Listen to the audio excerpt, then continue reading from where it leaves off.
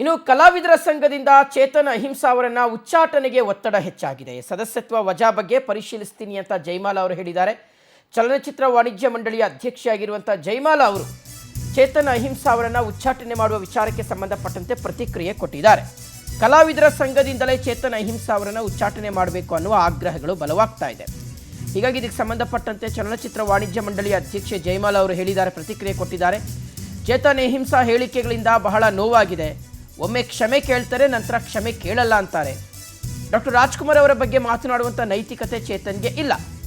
ಅಭಿಮಾನಿಗಳಿಗೆ ಚುಚ್ಚಿ ಮಾತನಾಡೋದು ಸರಿಯಲ್ಲ.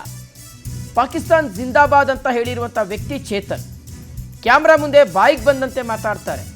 ಹೀಗಂತ ಚಲನಚಿತ್ರ ವಾಣಿಜ್ಯ ಮಂಡಳಿಯ ಅಧ್ಯಕ್ಷೆ ಜಯಮಾಲಾ ಅವರು ಹೇಳಿದ್ದಾರೆ.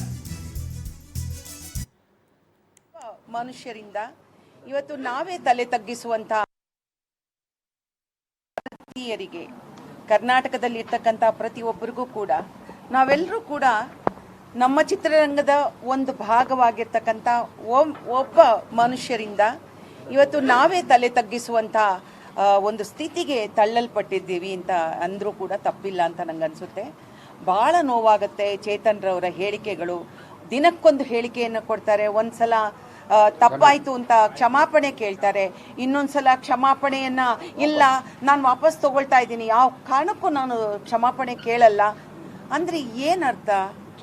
ನನಗೆ ಈ ಥರದ ಹೇಳಿಕೆಗಳು ನಮ್ಮ ಎಲ್ಲರಿಗೂ ಕೂಡ, ಪ್ರತಿಯೊಬ್ಬ ಉದ್ಯಮ ಒಂದೇ ಅಲ್ಲ, ಇಂಡಸ್ಟ್ರಿನಲ್ಲಿರ್ತಕ್ಕಂಥ ಸರ್ಕಾರಕ್ಕೂ ಮುಜುಗರ ತರ್ತಿದ್ದಾರೆ, ಸಂಸ್ಥೆಗಳಿಗೆ ಮುಜುಗರ ತರ್ತಿದ್ದಾರೆ, ಅವರನ್ನು ನಂಬಿರ್ತಕ್ಕಂಥ ಅಭಿಮಾನಿಗಳಿಗೆ ಮುಜುಗರ ತರ್ತಿದ್ದಾರೆ.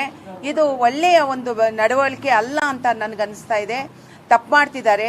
ನಾನು ಅವ್ರಿಗೆ ಒಂದೇ ಒಂದು ಮಾತು ಹೇಳ್ತೀನಿ, ನೀವು ಹುಟ್ಟೋಕ್ಕಿಂತ ಮುಂಚೆ ರಾಜ್ಕುಮಾರ್ ಅವರು ಬಹಳ ದೊಡ್ಡ ನಾಯಕರಾಗಿ ಈ ಕರ್ನಾಟಕದ ಪ್ರತಿ ಮನಗಳಲ್ಲಿ ಕೂಡ ತುಂಬಿ ಹೋಗಿರ್ತಕ್ಕಂಥ ಶ್ರೇಷ್ಠ ಕಲಾ